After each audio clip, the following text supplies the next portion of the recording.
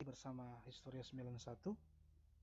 Tentunya di video kali ini kita akan membahas ataupun mempelajari tentang konsep, desain, prototipe, dan kemasan produk barang dan jasa. Oke, jadi untuk hari ini tentu kita akan awali dari bagaimana kita mencari tahu tentang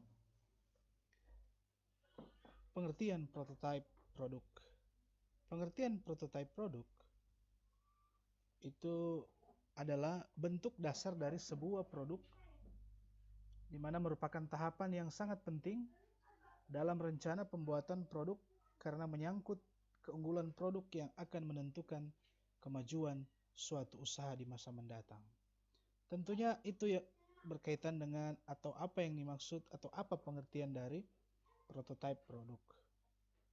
Selanjutnya tentunya kita akan mencari tahu tentang bagaimana tahapan-tahapan di dalam membuat ataupun menciptakan suatu ataupun mendesain akan prototipe produk. Tentunya kita awali dengan tahapan-tahapan tersebut, di mana tentunya tahapan-tahapan yang pertama adalah bagaimana kita mencari tahu tentang pendefinisian produk. Pendefinisian produk itu merupakan penerjemahan konsep teknikal yang berhubungan dengan kebutuhan dan perilaku konsumen ke dalam bentuk perancangan termasuk aspek hukum produk dan aspek hukum yang melibatkan keamanan dan perlindungan terhadap konsumen. Selanjutnya yaitu working model. Nah, working model ini dibuat tidak harus mempresentasikan fungsi produk secara keseluruhan dan dibuat pada skala yang seperlunya saja untuk membuktikan konsep dari pembuatan produk dan menemukan hal-hal yang tidak sesuai dengan konsep yang telah dibuat. Itu tahapan-tahapan prototype. Selanjutnya, yaitu kita melihat tentang prototype rekayasa atau engineering prototype.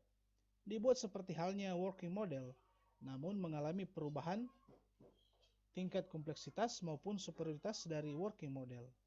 Dibangun mencapai tingkat dan kualitas teknis tertentu agar dapat diteruskan menjadi prototipe produksi atau untuk dilanjutkan pada tahapan produksi. Selanjutnya, prototipe rekayasa ini dibuat untuk keperluan pengujian kinerja operasional dan kebutuhan rancangan sistem produksi. Kemudian selanjutnya yaitu kita menjumpai yaitu prototipe produksi atau production prototype, di mana bentuk yang dirancang dengan seluruh fungsi operasional untuk menentukan kebutuhan dan metode produksi yang dibangun pada skala sesungguhnya dan dapat menghasilkan data kinerja dan daya tahan produk dan partnya. Selanjutnya yaitu qualified production item, yaitu dibuat dalam skala penuh, berfungsi secara penuh dan diproduksi pada tahap awal dalam jumlah kecil untuk memastikan produk memenuhi segala bentuk standar. Jadi itu berkaitan dengan tahapan-tahapan prototype. Selanjutnya kita menjumpai tahapan selanjutnya yaitu adalah model. Bagaimana model ini merupakan alat peraga yang mirip produk yang akan dibangun atau looks like models. Itu secara jelas menggambarkan bentuk dan penampilan produk baik dengan skala yang diperbesar.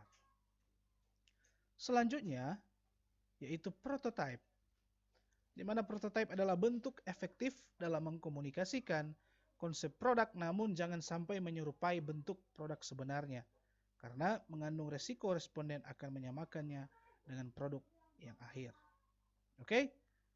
Selanjutnya itu terkait dengan tahapan-tahapan prototype. Nah, kita masuk kepada yang selanjutnya itu pengertian kemasan produk.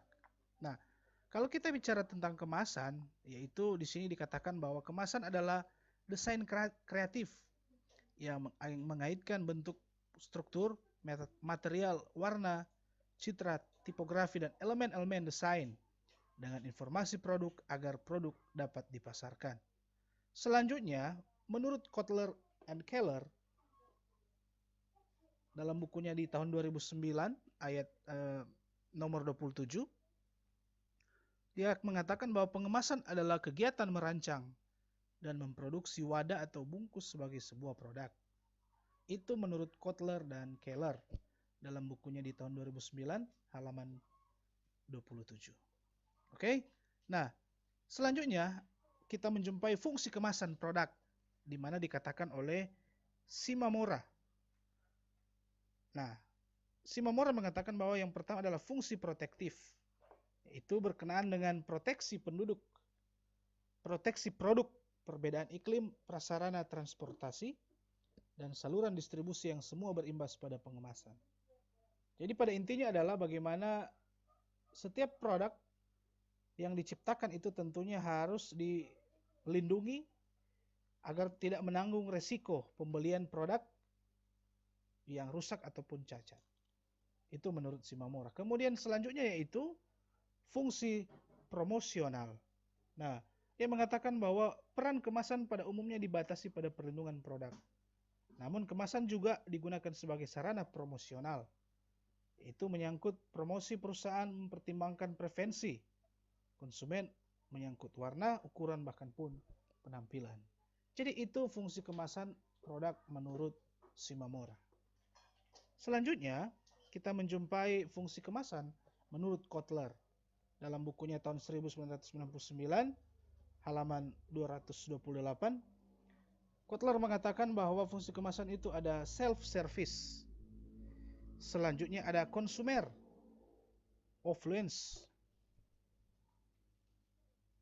Selanjutnya ada company and brand image.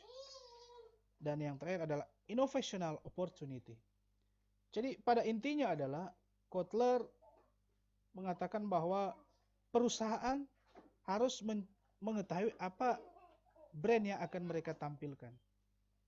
Sehingga kemudian ada inovasi di dalam pembentukan produk yang tentunya mau diciptakan. Jadi seperti itu menurut Kotler. Selanjutnya ada jenis-jenis kemasan berdasarkan isi. Yang pertama yaitu tentunya kemasan primer. Nah, kemasan primer ini bisa kita melihat adalah dalam bentuk kaleng-kaleng. Seperti contoh di sini ada kaleng susu, ya. Kemudian selanjutnya yaitu kemasan sekunder.